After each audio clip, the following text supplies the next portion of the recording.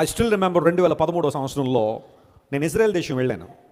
Israel దేశంలో 10 రోజులు పరిచర్య చేసి వచ్చిన తర్వాత ఉదయకాలం హైదరాబాద్లో ల్యాండ్ అయ్యాను. అప్పుడు బ్లెస్సీ గారు ధన్యాన్ని పెట్టుకుని, ధన్య చిన్న బిడ్డ హైదరాబాద్లో ఉన్నారు, వాళ్ళ అమ్మగారి ఇంటి దగ్గర ఉన్నారు.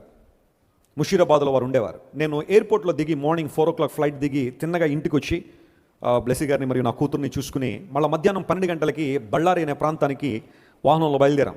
బళ్ళారి అనే ప్రాంతానికి వాకింగ్ చెప్పడానికి. హైదరాబాద్ దాటేసాము. భోజనం చేశానేమో, మధ్యాహ్నం కొంచెం రాత్రంతా జర్నీలో ఉన్నానేమో, కొంచెం నిద్ర వస్తూ ఉంది.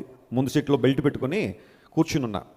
ఈ లోపల హైదరాబాద్ దాటేసిన తర్వాత మా వెహికల్ యూజువల్గా హైవే మీద తక్కువ లేదంటే ఒక 110, 120, 130 కిలోమీటర్ స్పీడ్లో వెళ్ళిపోతుంటాం కదా, ఆ హైవే క్లియర్గా ఉన్నంతసేపు. సరే, దూరం నుండి మన బ్రదర్, డ్రైవ్ చేస్తున్న బ్రదర్ చూస్తూనే ఉన్నాడు. రోడ్ అంతా క్లియర్గానే ఉంది, కానీ ఒక వాహనం ఒక డివైడర్ దగ్గర రోడ్డు క్రాస్ చేయడానికి ఆగుంది. సరే, ఈయన ఏమనుకున్నాడంటే ఆ వాహనం ఆగే ఉంది కదా, మేము వెళ్ళిపోయేదాకా ఆగుతాడు కదా అనుకున్నాం.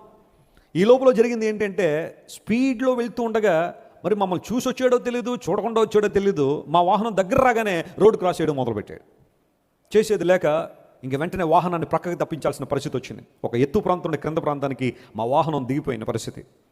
నేను అప్పుడే అలా కళ్ళు మూసుకుని నిద్రపోతున్న సమయంలో టక్ టక్ టక్ మన శబ్దం వస్తుంది. వాహనం ఏదో అయిపోయిందని చెప్పి ఇలా చూసేసరికి మా వాహనం రోడ్డు క్రింద ఉంది.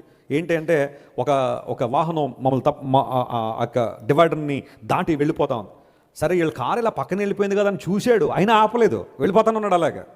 ఆ తర్వాత మరలా మేము ఒక జేసీబీని తీసుకొచ్చి, ఏదో వాహనం తీసుకొచ్చి ఆ కారును బయటికి తీసి అదే కారులో బళ్ళారి ప్రయాణం చేసుకుంటూ వెళ్ళాం.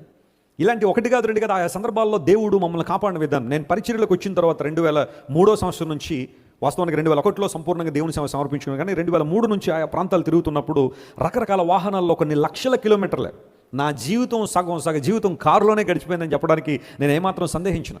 అనేక ప్రాంతాలు సువార్త ప్రకటించడానికి వెళ్తున్నప్పుడు ఆ కారులోనే అలా ప్రయాణాలు, రాత్రులు ప్రయాణాలు, పగటి వేళ ప్రయాణాలు, మంచుల్లో ప్రయాణాలు, వర్షాల్లో ప్రయాణాలు, మరుటెండల్లో ప్రయాణం చేసేటప్పుడు వేసవి కాలంలో చాలామంది అనుకోవచ్చు ఏసీ కారే కదండి అని.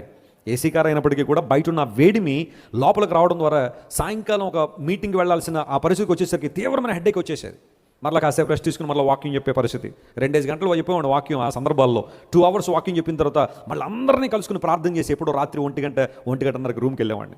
ఇలాంటి పరిచర్యలో దేవుడు ఎన్నో ఉపద్రవాల నుంచి, ఎన్నో కష్టాల నుండి, ఎన్నో ప్రమాదాల నుండి దేవుడు కాపాడి ఈ రోజున సజీవ లెక్కలో ఉంచాడంటే ప్రతిరోజు నేను దేవుని స్తుతిస్తాను. ప్రభువా, నా జీవితంలో ఇన్ని ప్రయాణాలు, ఇన్ని డిఫరెంట్ మోడ్స్లో నా ప్రయాణం అంతట్లో కూడా నువ్వు తోడుగా ఉండి కాపాడవు ప్రభువా, నీకు స్తోత్రాలని ప్రభువుని మహింపరుస్తుంటాను.